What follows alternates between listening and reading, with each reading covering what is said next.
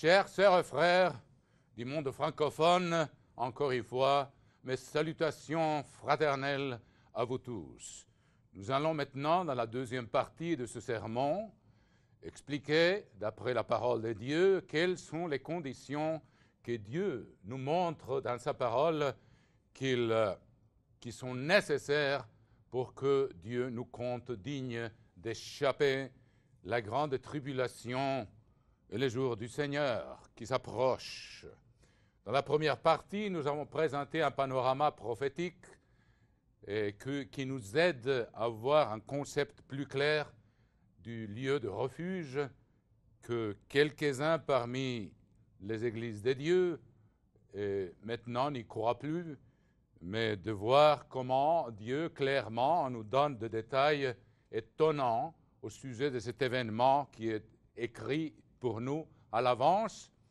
Donc, c'est important de voir ces choses parce que là où il n'y a pas de vision prophétique, le peuple est sans frein.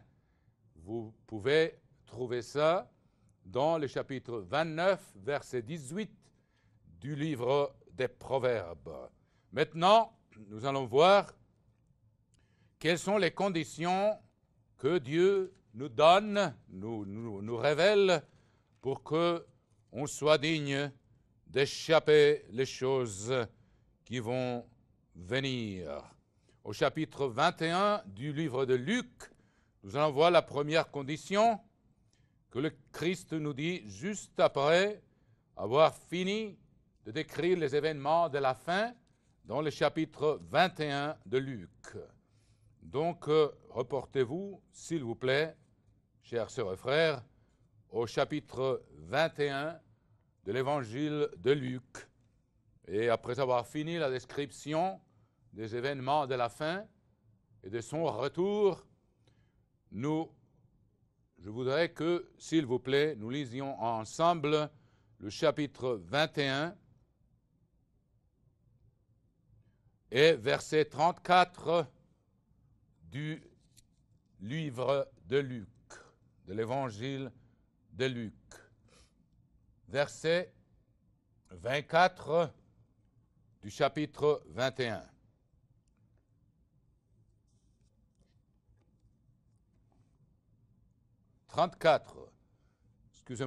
Chapitre 21 de Luc, verset 34.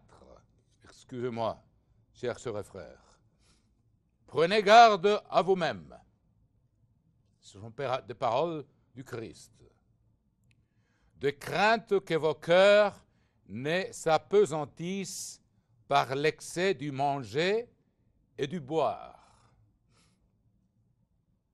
et par les soucis de la vie. Prenez garde à vous-même de crainte que vos cœurs ne s'apesantissent par l'excès du manger et du boire, et par les soucis de la vie.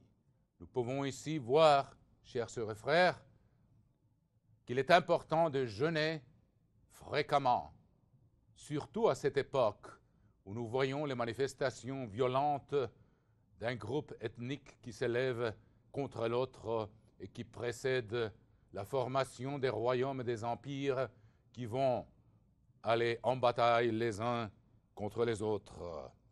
Donc, ça c'est une façon indirecte de la part du Christ de nous dire qu'il faut jeûner, il ne faut pas manger, boire et ne pas s'arrêter.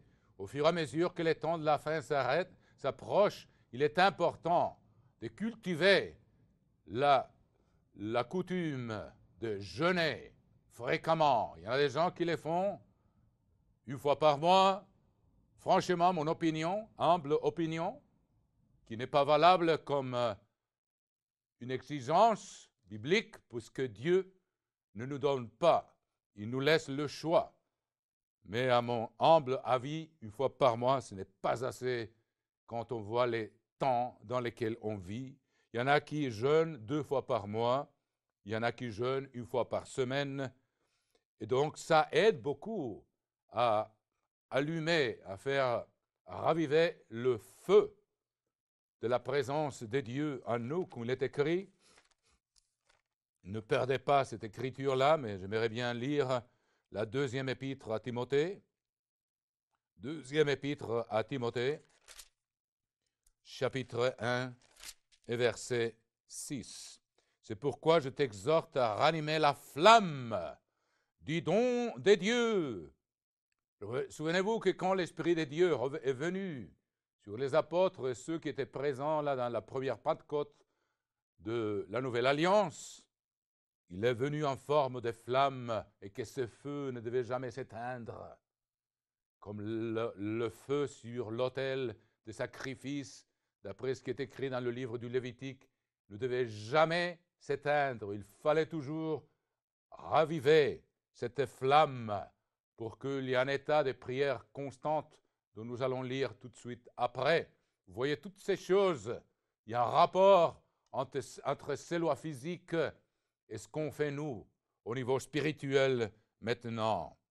Je répète, deuxième épître à Timothée, chapitre 1, verset 6, c'est pourquoi je t'exhorte à ranimer la flamme du don des dieux que tu as reçu par l'imposition de mes mains, car ce n'est pas un esprit de timidité que Dieu nous a donné. Quand la persécution viendra, il ne faudra pas avoir un esprit de timidité. Il faut avoir du courage, chers sœurs et frères.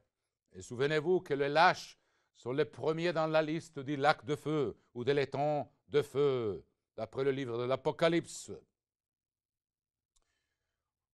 C'est pourquoi je t'exhorte à ranimer la flamme du don des dieux qui tu as reçu par l'imposition de mes mains, car ce n'est pas un esprit de timidité que Dieu nous a donné. Au contraire, son esprit nous remplit de force, d'amour et de sagesse.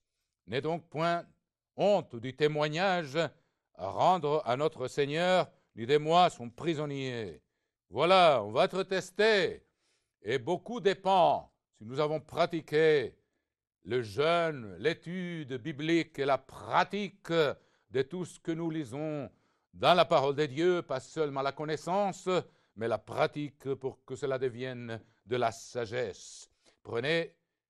Revenons à Luc 21, 34. Prenez garde à vous-même des craintes que vos cœurs ne s'apesantissent par l'excès du manger et du boire et par les soucis de la vie. Quand on jeûne, on arrête de manger, on arrête de boire et on ne se soucie pas de la vie.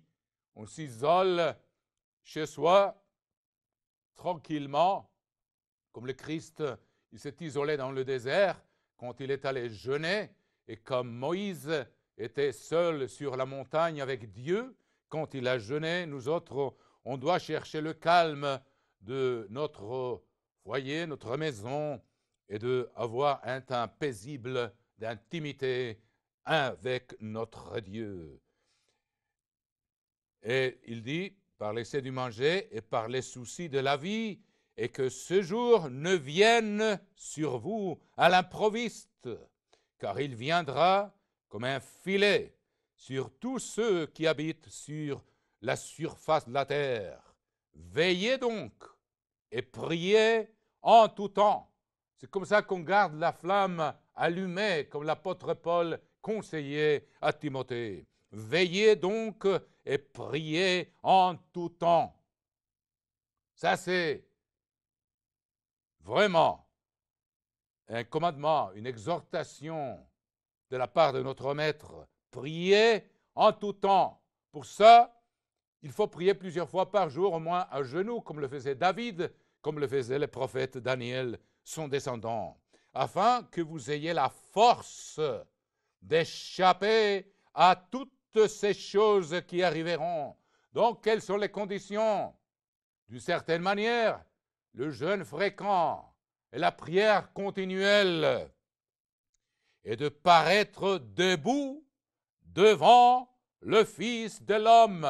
Nous venons d'expliquer que le 1335 jours, heureux ceux qui seront vivants quand cette persécution commence et qu'ils survivent forts dans l'esprit, dans la présence des dieux, dans la crainte des dieux, jusqu'à ce qu'il y ait l'abomination de la désolation 45 jours après, quand il faut encore 1290 jours pour le retour du Christ, et qu'il continue encore en priant continuellement dans la présence de Dieu et qu'ils aient cette protection encore des ailes de l'aigle pour aller vers les lieux de refuge dans le désert et d'entrer dans les lieux de refuge et d'échapper à tout ce qui est à venir parce qu'ils seront dans la présence de Dieu. Voilà, c'est une condition essentielle pour échapper, chers frères. Aujourd'hui, on n'a jamais eu tant de distractions dans l'histoire humaine comme de nos jours. Il ne faut pas le mentionner, mais je le mentionne toujours. L'Internet, les mobiles, la télévision et tout cela qui absorbe presque totalement le temps, surtout de la jeunesse, chers sœurs et frères, de paraître debout devant le Fils de l'homme. Exactement, il va survivre les 75 jours de cette première persécution. Il entrera dans les lieux de refuge pendant 1260 jours. Faites l'addition, s'il vous plaît, le total entre les 75 jours du début de 1335 jours, et puis si vous ajoutez le jour de protection dans les lieux de refuge, ça donne un total de 1335 jours, dont la première partie de 75 jours, c'est la persécution qui vient sur ceux qui vont être protégés et qu'il faut encore passer cette épreuve. Immédiatement après commence, comme je vous l'ai expliqué, la persécution de 1260 jours ou de 3 ans et demi, ou temps et la moitié d'un temps sur ceux qui ne seront pas trouvés dignes d'échapper. Voilà la première condition, donc, gardez la flamme allumée, gardez cet esprit de prière constante, jeûnez fréquemment, étudiez la parole de Dieu, qui est la lampe qui nous allume. Donc, voilà, afin que vous ayez la force d'échapper à toutes ces choses. On n'a pas la force nous-mêmes. Il faut que ça vienne de Dieu. Et si on n'est pas connecté avec Dieu, comme les vierges prudentes, on sera comme les vierges folles qui n'ont plus de lumière parce qu'elles se sont éloignées de Dieu par négligence, par paresse, par un manque de diligence spirituelle. Veuillez donc prier en tout temps afin que vous ayez la force d'échapper à toutes ces choses qui arriveront et de paraître debout devant le Fils de l'homme. Bien sûr, ça s'applique à ceux qui sont morts avant nous, qui ont persévéré jusqu'à la fin. Eh bien, ils seront debout, bien sûr, ils vont ressusciter et ils vont monter vers le Christ dans les nues. Pendant le jour, je suis enseigné. Donc voilà, nous pouvons ça mettre comme la première condition pour entrer dans les lieux de refuge. Quelle sera la deuxième? Nous allons donc lire une promesse que nous trouvons dans le livre de l'Apocalypse. Reportez-vous, s'il vous plaît, au chapitre 3 du livre de l'Apocalypse. Chapitre 3, et nous allons donc lire le chapitre 3, verset 7, lettre à l'église de Philadelphie. Il dit, écrit à l'ange de l'église de Philadelphie, ça veut dire l'église de l'amour fraternel. Voici ce que dit le Saint, le véritable, celui qui a la clé de David, celui qui ouvre et personne ne fermera, celui qui ferme et personne n'ouvrira. Donc il commence avec cette déclaration qui veut dire l'opportunité, l'occasion que Dieu nous donne de prêcher l'Évangile par la porte ouverte de la télévision, de l'Internet, etc. Et des revues et des journaux et des brochures. Je connais tes œuvres. Voici parce que tu as peu de puissance. On n'est pas très fort, on est très peu. La faiblesse du prince, c'est le manque de peuple. On est un petit troupeau. On n'a pas une grande puissance pour faire des miracles, nous autres, quoiqu'il y en a des miracles continuellement dans l'Église de Dieu.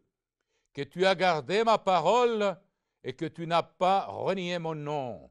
Donc, on a survécu toutes les attaques du diable, l'apostasie des années 90, qui a commencé peu après la mort de M. Armstrong, et puis la rébellion des années 98, contre la prédication de l'Évangile, et puis on a persévéré dans l'Église du Dieu vivant. On a continué, on n'a pas permis qu'on arrête la grande commission de prêcher l'Évangile au monde. J'ai mis devant toi une porte ouverte que personne ne peut fermer. Voici, je te donne quelques-uns de ceux de la synagogue de Satan qui se disent juifs et ne le sont pas, mais qui mentent. Ça sera quand on sera déjà des êtres divins, nés de nouveau. Et puis il dit, verset 10, « Parce que tu as gardé la parole de la persévérance en moi. » Il faut persévérer dans l'obéissance aux 10 commandements. Mais quand Dieu nous met une porte ouverte, il faut persévérer dans la parole du Christ.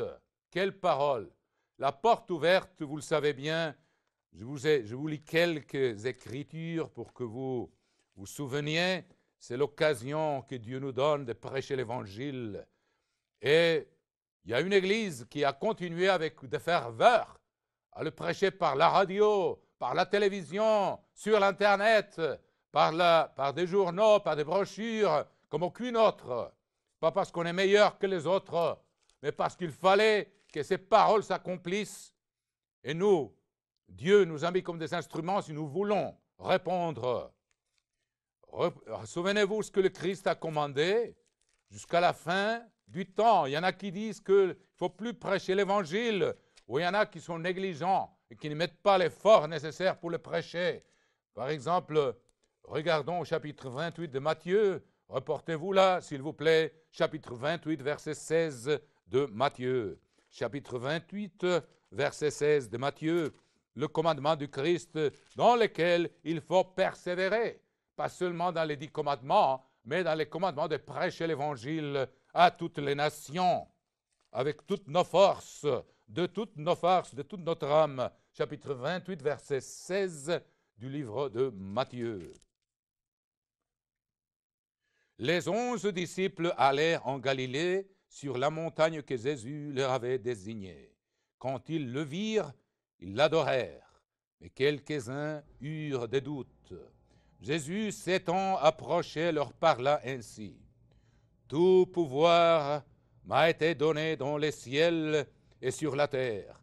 Allez, faites de toutes les nations des disciples, les baptisant au nom du Père, du Fils et du Saint-Esprit, et enseignez-leur à observer tout ce que je vous ai prescrit, et voici, je suis avec vous tous les jours jusqu'à la fin du monde. » Donc, il faut persévérer, il faut continuer à prêcher cet évangile, et voilà la promesse pour ceux qui en profitent au maximum de cette porte ouverte. Nous allons voir maintenant que la porte ouverte, ça a à voir exactement avec la prédication. Si vous voulez vous reporter, s'il vous plaît, à la première épître aux Corinthiens, chapitre 16. Nous voyons une mention de cette porte au chapitre 16 de la première épître aux Corinthiens.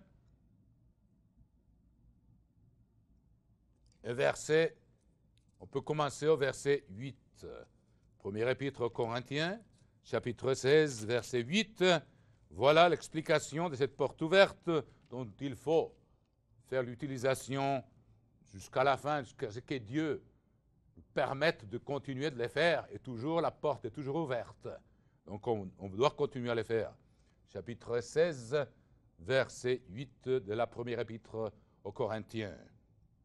Je resterai néanmoins à Éphèse jusqu'à la Pentecôte, car une porte grande et d'un accès efficace m'est ouverte, et les adversaires sont nombreux. Une porte ouverte d'un accès efficace m'est ouverte. Alors, confirmons ça avec ce qui est écrit dans l'épître aux Colossiens, pour qu'il n'y ait pas de doute de quoi il s'agit, et l'obligation donc, comme une condition d'échapper à tout ce qui doit venir, c'est de se servir de cette porte au maximum, pas moitié-moitié. Au chapitre 4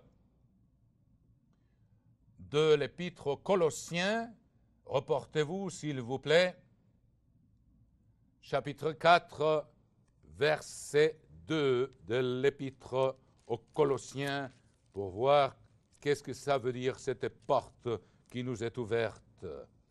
Chapitre 4, verset 2, Colossiens, persévérez dans la prière, veillez y avec action de grâce, priez en même temps pour nous, afin que Dieu nous ouvre une porte pour la parole, en sorte que je puisse annoncer le mystère de Christ, pour lequel je suis dans la chaîne, et le faire connaître comme je dois en parler. Voilà la preuve de ce que Dieu nous dit dans Apocalypse 3. Je vous prie de vous reporter de nouveau au chapitre 3, verset 10. Parce que, chapitre 3, verset 10, parce que tu as gardé la parole de la persévérance en moi, je te garderai aussi. Donc, une façon de persévérer, c'est de démontrer qu'on utilise cette porte pour prêcher. C'est une façon de persévérer, parce que le Christ a dit, je suis avec vous jusqu'à la fin des temps. Je te garderai aussi à l'heure de la tentation qui va venir sur le monde entier pour éprouver les habitants de la terre. Je viens bientôt. Donc, parce que tu as gardé la parole de la persévérance en moi, je te garderai aussi à l'heure de la tentation qui va venir sur le monde entier pour éprouver les habitants de la terre. Donc, Dieu promet le lieu de refuge dont il nous fait l'explication dans le chapitre 12 que nous venons d'examiner dans la première partie de ce sermon. Donc, il est important de persévérer et d'utiliser la porte au maximum de nos possibilités que Dieu nous donne pour avoir cette protection. Nous pourrons dire qu'après Luc, chapitre 21, verset 34 et le verset suivant, ça c'est une autre condition, parce qu'il dit qu'il faut cette persévérance, pas seulement la fidélité à garder les commandements de Dieu, mais la fidélité à être ses témoins et à prêcher. Voyons par exemple le livre des Actes, reportez-vous au chapitre 1er du livre des Actes, s'il vous plaît.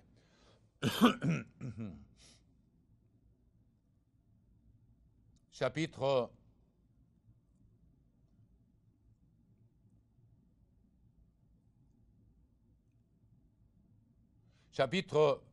premier chapitre du livre des Actes, nous allons lire chapitre 1 et verset 6 dans les Actes des Apôtres, pour éclaircir encore ce concept de la prédication de l'Évangile comme une condition pour échapper ce qui arrive, ce qui va arriver. Chapitre 1 du livre des Actes et verset 6. Voici ce qui est écrit.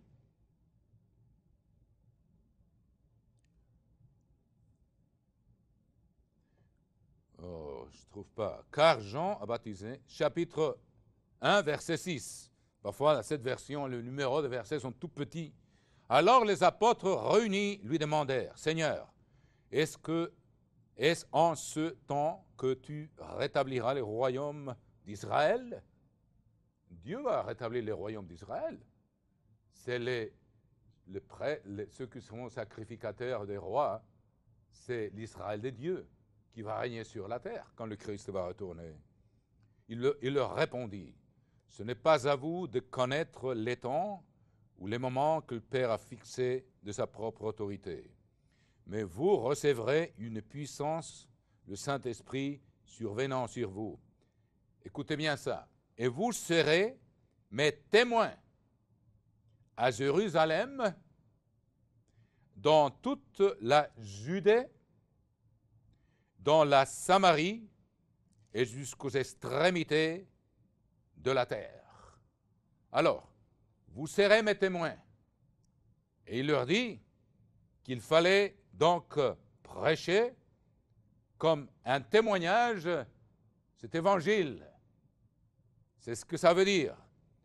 Je répète, et vous vous recevrez une puissance, verset 8, le Saint-Esprit survenant sur vous, et vous serez mes témoins à Jérusalem, dans toute la Judée, dans la Samarie et jusqu'aux extrémités de la terre. Donc, qu'est-ce que ça veut dire, témoin? Le mot grec, c'est martyr. Martyr, normalement, est celui qui meurt, qui verse son sang pour une cause. Mais Dieu, aujourd'hui, en nous ouvrant une porte, quand il n'y a pas eu une persécution contre cette prédication, encore comme celle que nous avons déjà étudiée dans la première partie, on peut encore prêcher l'Évangile sur l'Internet, de par le monde. Donc, on peut être un martyr sans besoin de mourir. On peut être un témoin. On peut donner un témoignage. On peut prêcher l'Évangile comme un témoignage. Et ceux qui écouteront deviendront des disciples, bien sûr, en obéissant l'instruction du Christ que nous avons lue dans le chapitre 28 de Matthieu. Donc Dieu nous donne l'occasion maintenant d'être des témoins sans besoin de verser le sang. Parce qu'il n'y a pas encore cette persécution, mais il y a encore une porte ouverte que éventuellement sera fermée. Mais tant que cette porte est ouverte, il faut en profiter au maximum pour être des témoins jusqu'à la fin du monde et jusqu'aux extrémités de la terre. Alors, nous allons voir maintenant qu'il y en a qui devront être des témoins, littéralement dans le sens de verser leur sang, de martyrs. Pourquoi? Parce qu'ils n'ont pas participé activement par leurs prières et leurs jeûnes, et leurs dîmes, leurs offrandes, et leurs services à la prédication de l'Évangile comme la commission numéro 1. Il y a d'autres églises qui le négligent. Ils en font un travail. Mais il fallait qu'il y ait un groupe qui le fasse de toute son âme, de tout son cœur. Eux, ils reçoivent cette protection de l'heure de la tentation ou de l'épreuve qui viendra sur le monde entier. Ceux qui ne le feront pas, il faut que la parole du Christ s'accomplisse et qu'on soit des témoins, c'est-à-dire des martyrs d'une façon ou d'une autre. Ou bien on prend au sérieux et on prêche au monde cette vérité jusqu'à ce que Dieu nous permette de le faire. Tant que la porte sera ouverte, elle est toujours ouverte.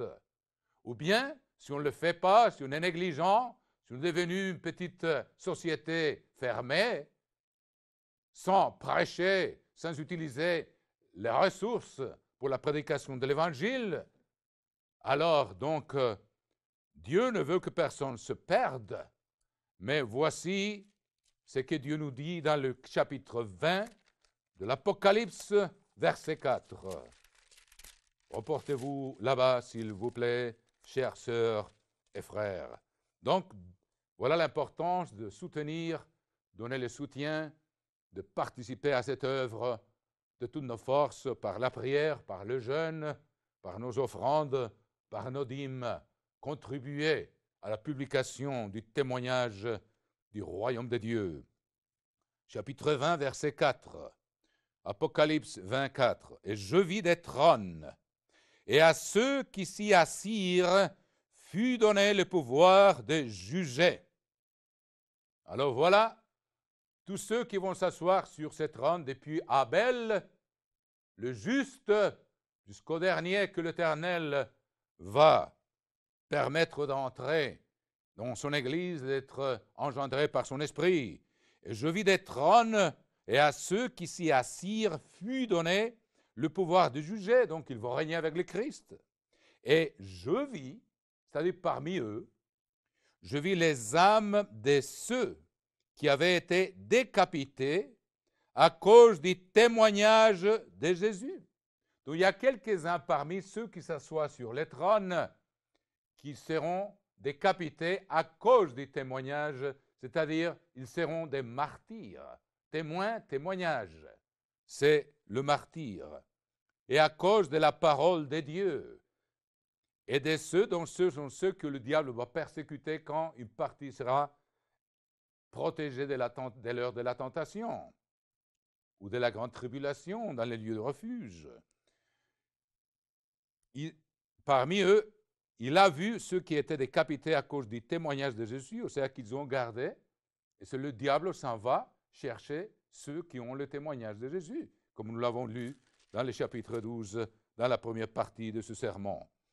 Et à cause de la parole de Dieu et de ceux qui n'avaient pas adoré la bête, voilà, c'est-à-dire qu'ils ont été pendant les 3 ans et demi, n'ont pas été protégés, où il fallait adorer la bête pour pouvoir acheter et vendre, mais ils ont refusé, ni son image, c'est-à-dire ils ont gardé les commandements de Dieu, ils ont resté saints, et qui n'avaient pas reçu la marque sur leur front, ni sur leurs mains, c'est-à-dire ils ont gardé le sabbat, même si ça leur a coûté la vie. Ils n'ont pas accepté le système, la loi changée par des êtres humains inspirés par le diable. Ils revinrent à la vie et ils régnèrent avec Christ pendant 1000 ans. Le Christ le dit, en parlant de l'Église à Laodicée, que ceux qui vaincront vont s'asseoir avec lui dans son trône. Mais voilà, c'est accompli là. Mais ils n'ont pas été protégés, mais ils ont persévéré jusqu'à la fin dans les témoignages, là où la porte n'était plus ouverte, mais il fallait encore démontrer qu'on était des disciples du Christ. Donc ils sont morts pendant la grande tribulation, où il fallait adorer la bête, il fallait adorer l'image, il fallait recevoir la marque de la bête, il fallait briser le sabbat et briser les commandements de Dieu de ne pas adorer d'image, mais ils ne l'ont pas fait, ils sont restés fidèles, ils sont quand même, ils vont s'asseoir sur des trônes, mais ils n'auront pas été préservés de la grande tribulation, mais de toute façon, ils vont être dans les royaumes des dieux. Et nous allons voir ici, ça c'est l'ère de Laodicée, et le Dieu, il s'adresse à eux, le Christ, vous le savez bien, ils vont s'asseoir avec le Christ pour régner sur le monde. Au chapitre 3, verset 20 de l'Apocalypse, vous le lisez, chers sœurs et frères. Voici, je me tiens à la porte, Apocalypse 3, 20, et je frappe. Il parle à une église qui maintenant est tiède, non pas la passion pour la prédication de l'évangile, mais ça va se ranimer. Quand la persécution viendra, leurs yeux s'ouvriront, ou nos yeux. Moi, je ne suis pas sûr que je vais échapper, moi, chers sœurs et frères. Donc, ils vont s'éveiller. Voici, je me tiens à la porte, je frappe, si quelqu'un entend ma voix et ouvre la porte, j'entrerai chez lui, je souperai avec lui et lui avec moi. Celui qui vaincra, c'est-à-dire qui va persévérer dans les commandements de Dieu jusqu'à la fin, même s'il n'a pas été diligent dans la prédication, je le ferai asseoir avec moi sur mon trône, parce qu'il sera fidèle au commandement de Dieu, même si ça lui coûte la vie. Comme moi, j'ai vaincu et je suis assis avec mon Père sur son trône. Que celui qui a des oreilles entende ce que l'Esprit dit aux églises. Donc le voilà, expliqué par la même Bible. Ça, c'est la deuxième condition, donc, pour échapper de la grande tribulation, être protégé au lieu de refuge, c'est être donné sa pleine participation avec nos habiletés, nos capacités à la prédication de l'Évangile comme un témoignage maintenant que Dieu nous ouvre la porte. Alors, il y a d'autres conditions. Je voulais que vous reportiez, s'il vous plaît, au chapitre 33 du livre d'Ésaïe, le prophète Ésaïe, chapitre 33, verset 14. Voici les conditions. Les pécheurs, chapitre 33, verset 14 d'Ésaïe. Les pécheurs sont effrayés dans Sion. Un tremblement saisit les impies. Souvenez-vous que Sion, Jérusalem, sera occupé par la bête et le gouvernement de la bête pendant 3 ans et demi. Vous trouvez ça dans le livre, dans le chapitre 11 du livre de l'Apocalypse. Je vous le montre, chers sœurs et frères, pour que vous sachiez que les pécheurs sont ceux qui adorent la bête et l'image, qui brisent les lois de Dieu et qui se sont emparés de la ville de Jérusalem pendant 42 mois. C'est la même période de 1260 jours et la même période des temps étant la moitié d'un temps et la même période de 3 ans et demi. Reportez-vous, s'il vous plaît, au chapitre 11 de l'Apocalypse, et vous le verrez au chapitre 11, verset 2 de l'Apocalypse, comment la bête et le gouvernement de la bête va s'installer à Jérusalem. Donc c'est là où ils vont être effrayés. Mais le parvis extérieur du temple, laisse-le de côté et ne le mesure pas. Ici, Apocalypse 11, verset 2. Car il a été donné aux nations, c'est-à-dire aux gentils, et elles fouleront aux pieds la ville sainte pendant 42 mois. Alors, revenons au chapitre 33, verset 14 d'Ésaïe. Chapitre 33, verset 14.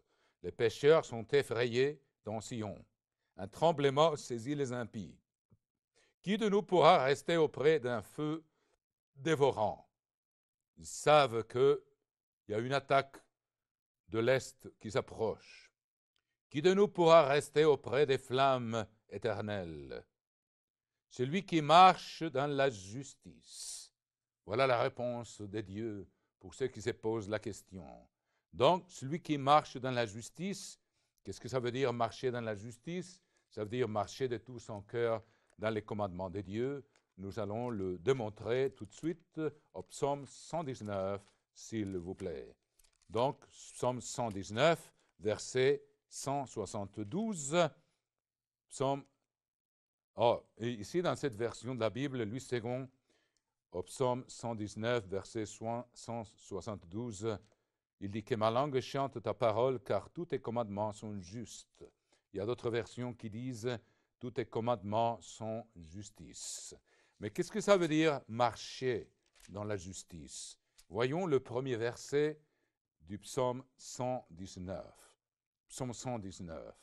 Heureux ceux qui sont intègres dans leur voie, qui marchent selon la loi de l'Éternel.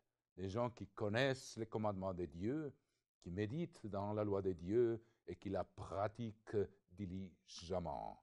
Voilà une condition essentielle donc pour échapper à la grande tribulation et pouvoir être jugé digne d'échapper à la grande tribulation.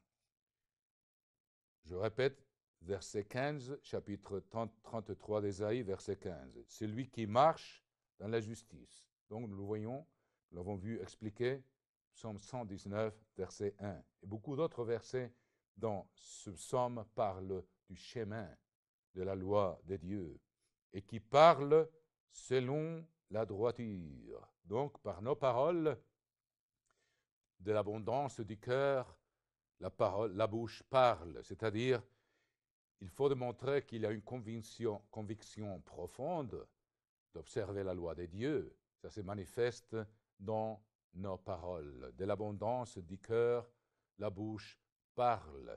Donc, c'est comme ça qu'on sait qui marche dans l'intégrité. Nous pouvons voir ça dans l'épître de Jacques. Si vous voulez vous reporter là-bas, s'il vous plaît, au chapitre 3 de l'épître de Jacques, nous voyons comment, quand on marche dans la droiture, ça doit se manifester dans nos paroles. Donc, chapitre 3 de l'épître de Jacques, si vous voulez reporter là-bas, pour savoir exactement ce qu'il faut que nous pratiquions pour être jugés dignes d'échapper et de entrer dans les lieux de refuge. Jacques, chapitre 3. Mes frères, qu'il n'y ait pas, je lis en commençant le verset 1. Mes frères, qu'il n'y ait pas parmi vous un grand nombre de personnes qui se mettent à enseigner. Car vous savez que nous serons jugés plus sévèrement. Aujourd'hui, il y a des tas de personnes qui se mettent à enseigner sur l'Internet. Il y a beaucoup plus de gens qui les suivent, ils sont naïfs et ils croient, ils sont menés par devant des doctrines. On vit dans cette époque. C'est la superficialité, il n'y a pas cette profondeur. Mes frères, qu'il n'y ait pas parmi vous un grand nombre de personnes qui se mettent à enseigner car vous savez que nous serons jugés plus sévèrement. Nous branchons tous de plusieurs manières. Si quelqu'un ne branche point une parole, c'est un homme parfait, capable de tenir tout son corps en bride. Voilà pourquoi il est écrit comme une condition pour entrer dans les lieux de refuge. Il dit qu'il faut marcher dans la justice et il faut parler avec droiture. Regardons encore le chapitre 12 du livre de Matthieu, s'il vous plaît, chers sœurs et frères. Chapitre 12 du livre de Matthieu, verset 34. Matthieu, chapitre 12, verset 34. Voici les conditions. Donc Dieu, ce qu'il veut, pour ceux qu'il veut protéger, c'est des gens qui ont la maturité spirituelle, qui ont eu de la croissance spirituelle par la persévérance dans la prière, l'étude, le jeûne, la pratique de tout ce qu'ils apprennent de la part de Dieu. Au chapitre 12, verset 34 de Matthieu, nous lisons « Race de vipères, comment pourriez-vous dire des bonnes choses, méchants comme vous êtes ? Car c'est de l'abondance du cœur que la bouche parle. L'homme bon tire de bonnes choses de son trésor, et l'homme méchant tire de mauvaises choses de son mauvais trésor. Je vous le dis, au jour du jugement, les hommes rendront compte de toute parole vaine qu'ils auront proférée, car par tes paroles tu seras justifié, et par tes paroles tu seras condamné. Et par nos paroles, nous serons jugés dignes d'échapper et d'aller dans les lieux de refuge, et par nos paroles, si nous ne parlons pas avec droiture, nous serons jugés indignes d'aller dans les lieux de refuge. Revenons maintenant au chapitre 33 d'Ésaïe, s'il vous plaît, et continuons en étudiant les conditions pour échapper de la grande tribulation. Donc, c'est le caractère mûr que Dieu cherche en ceux qu'il veut protéger. On continue. Et qui parle selon la droiture, qui méprise un gain acquis par extorsion. Il y a une autre version qui nous dit, d'une façon qu'on peut appliquer un peu mieux de nos jours, je vais vous dire au verset 15, 33, 15, une autre traduction, il dit, qui est le gain de violence. Qui est le gain de violence. Vous savez que les films deviennent de plus en plus violents. Quand nous participons, quand nous payons pour voir ce spectacle de violence dont la terre est remplie de plus en plus, comme était la terre remplie de violence avant le déluge de Noé, et que nous participons et que nous enrichissons ceux qui produisent ces spectacles, c'est une façon dont on peut comprendre ça. C'est notre façon de nous entretenir ou de notre divertissement. C'est la violence, chers sœurs et frères. Donc, on n'est pas prêt parce qu'on est attaché au courant de ce monde. Après, il dit, donc je vous répète la traduction qu'on pourrait appliquer ici, sur le chapitre 33, il dit d'Ésaïe, verset 15, il dit qui est le gain des violences. On sait que les films sont de plus en plus violents parce que c'est comme ça qu'ils attirent le public de notre époque. Donc nous, on ne doit pas participer à cela. Nous allons voir que ces conditions ont beaucoup à voir avec la façon dont les gens se divertissent de nos jours. C'est avec les transgressions de la loi de Dieu, principalement, c'est la violence, c'est en versant du sang que les gens vont ou qu'ils font des jeux violents, ou qui regardent des spectacles violents, ou bien qui regardent la pornographie, ou qui regardent des films de démonisme, des vampires, et ils se contaminent en ayant ainsi un contact avec des êtres spirituels impurs. Donc continuons ici. La description, verset 15, qui secoue les mains pour ne pas accepter un présent, pour ne pas accepter un pot de vin. Vous savez qu'il y a beaucoup de ministres à l'époque de l'apostasie qui est arrivé dans l'Église des dieux dans les années 90, quand ceux qui contrôlaient la bourse, qui contrôlaient l'argent, se sont emparés du pouvoir. Ils voulaient que le ministre prêche des fausses doctrines. Et il y en a qui ont eu peur. J'en connais personnellement. Je ne veux pas mentionner des noms parce que peut-être il y en a qui se sont repentis. Je ne vais condamner personne. Mais il faut faire attention. Je n'ai pas encore fini ma carrière non plus. Mais il y en a qui ont eu peur de prêcher la vérité telle qu'il nous avait été enseignée, telle qu'elle est écrite. Et leur salaire devint un présent, un pot de vin, pour ne pas prêcher la vérité avec clarté, comme un son des trompettes que l'on sonne avec de l'incertitude, qu'on ne sait pas s'il faut le préparer pour la bataille ou non. Il y en a beaucoup qui ont eu peur, et c'est devenu un présent. Et ceux qui ne se sont pas repentis de ça, il y en a beaucoup qui l'ont fait. Donc, ils ne sont pas prêts pour être protégés parce qu'ils n'ont pas montré le zèle pour la parole de Dieu. Et Dieu, la prochaine fois qu'il va les éprouver ou qu'il va nous éprouver, ce n'est pas avec un chèque, ce n'est pas avec le salaire, c'est une question de vie ou de mort.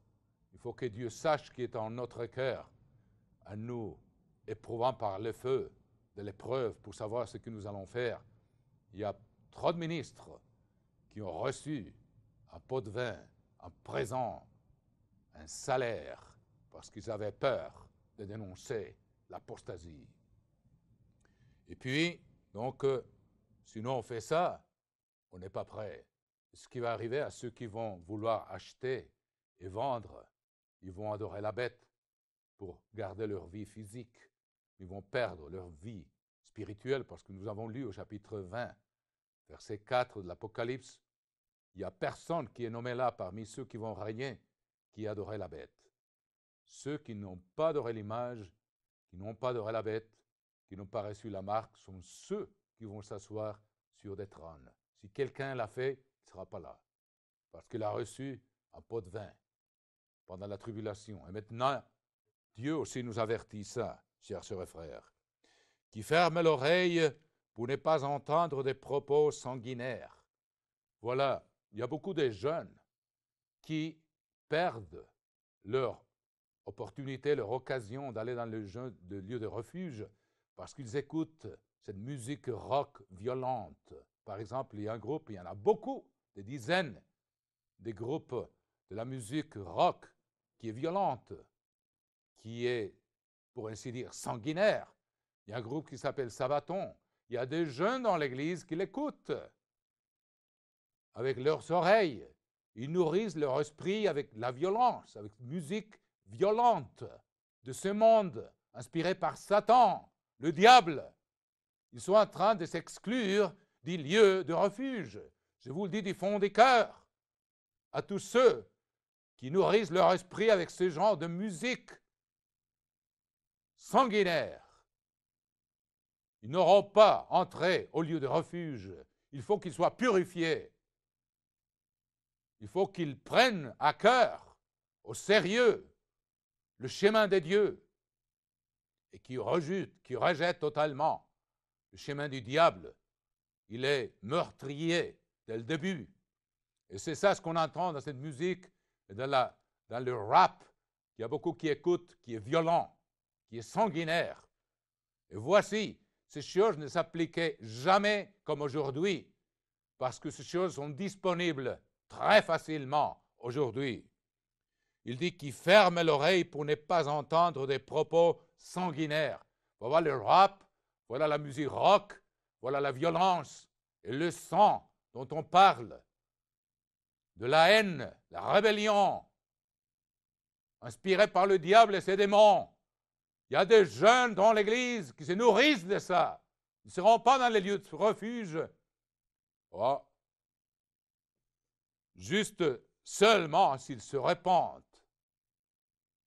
Autrement, ils n'y seront pas. C'est ce que Dieu dit.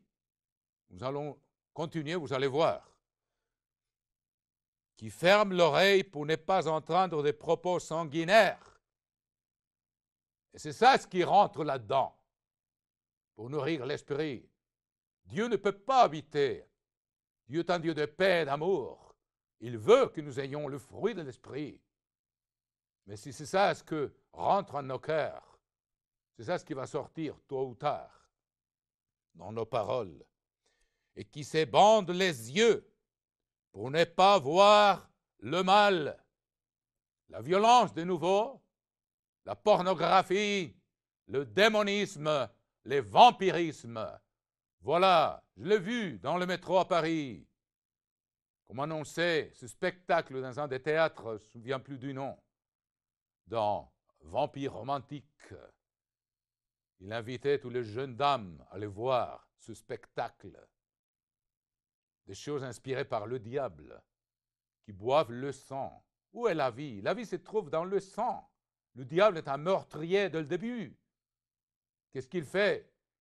Il fait verser le sang des gens, ou il suce le sang, la vie des personnes. Voilà, ça c'est se mettre dans les mains du diable. Et s'entretenir avec ça, ce n'est pas de la plaisanterie, chères sœurs et frères. Et puis la pornographie envahit tous les milieux et tous les âges. Les jeunes, même les enfants, avant leur adolescence, ils en ont vu, et ils en ont vu de la pornographie. Et leur esprit se pervers. Il y a une perversion déjà assimilée. La perversion se diffuse de manière incontrôlable. Et les parents n'ont pas assez de contrôle à ce que les ados voient. Je viens de lire dans le Nouvel Observateur. Ils ont, franchement, une addiction à leur mobile. Ils voient des choses dont les parents ne savent pas. Mais là, il y a un avertissement qui s'ébande les yeux pour ne pas voir le mal. Il ne veut pas se contaminer avec ce monde. Voilà les conditions. Et ça ne s'appliquait jamais de la même façon comme cela s'applique de nos jours. Celui-là habitera dans des lieux élevés. Voilà. Des rochers fortifiés seront sa retraite ou son lieu de refuge. Comme Petra, c'est une forteresse, c'est un rocher énorme. On n'a jamais été dogmatique, c'est ça les lieux de refuge. Du pain lui sera donné. Nous l'avons lu dans Apocalypse 12. L'Église sera nourrie dans un lieu préparé pour elle dans le désert pendant des temps, et la moitié d'un temps, 3 ans et demi. Ici, nous le voyons. Des rochers fortifiés seront sa retraite dans le désert. Du pain lui sera donné, il sera nourri. De l'eau lui sera assurée. Voilà des conditions pour aller dans les lieux de refuge. Et Dieu nous avertit clairement de quoi ce verset il s'agit. Donc, il y a encore une autre écriture, si vous voulez que vous regardiez, c'est le livre des Sophonies, chers sœurs et frères. Le livre des Sophonies, en hébreu, Sophonie, qui est l'un des derniers prophètes, avant le prophète Agé, le prophète Zacharie et Malachie, se trouve Sophonie, juste après le prophète Habakkuk. Donc, nous lisons ici au chapitre 2, On va voir si cette version est correcte, parce qu'il y en a qui, la plupart ne sont pas correctes. Vous trouverez la version la plus exacte dans l'Église, excusez-moi, dans la Bible King James, surtout l'ancienne version King James. Chapitre 2 de Sophonie. Le livre de Sophonie, ou ce nom de ce prophète-là, veut dire « celui que Dieu cache » ou « celui que Dieu protège ». Pourquoi? Nous allons le voir ici. « Rentrez en vous-même, examinez-vous, nation sans pudeur ». Franchement, la traduction, franchement, n'est pas du tout exacte. C'est que la version King James nous dit, c'est « Rassemblez-vous, rassemblez-vous, nation non désirée ». Prenez note, s'il vous plaît. Dieu le dit 2 fois. « Rassemblez-vous, rassemblez-vous, nation non désirée ».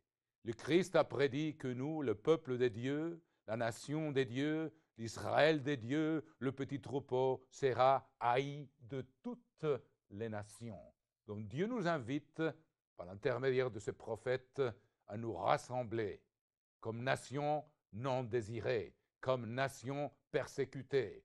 Ici, il s'agit de cette première persécution de 75 jours. Comment pouvons-nous le savoir? Continuons. Donc, souvenez-vous, la traduction correcte, c'est « Rassemblez-vous, rassemblez-vous, nation non désirée ». Pas nation sans pudeur. C'est nation non désirée. Dieu est en train de parler de son peuple qui est haï et qui sera persécuté et qui lui sera la première partie de cette persécution de 75 jours. Avant que le décret s'exécute. Quel décret? L'adoration de la bête. D'abord, il y a un décret quand le feu vient du ciel, proclamé par le faux prophète, il fait tomber du feu du ciel. Donc, il dit qu'il faut adorer la bête. Mais le décret n'est pas encore exécuté. Il y a un temps. Il paraît qu'il y a 75 jours avant qu'il ne soit exécuté, en sorte que si on n'adore pas la bête, on ne peut pas acheter, on ne peut pas vendre, on ne peut pas se déplacer sans payer ou acheter, c'est-à-dire sans avoir adoré la bête. Donc, c'est très intéressant que ça, il y a une référence ici à la première partie de cette persécution avant que le décret s'exécute. Ça veut dire qu'au début des 1335 jours, ça sera quand on fait le feu du sang du ciel et il y a un décret qui est proclamé qu'il faut adorer la bête, qu'il faut adorer l'image, il faut recevoir la marque dans son bras et sur son front. Mais le décret n'est pas encore exécuté. Le décret va s'exécuter exactement au moment où la bête entrera dans Jérusalem, 1260 jours avant le retour du Christ. 75 jours après que le miracle a été fait pour que les gens adorent la bête, mais le décret n'est pas encore exécuté. C'est étonnant de voir la précision de ces prophéties.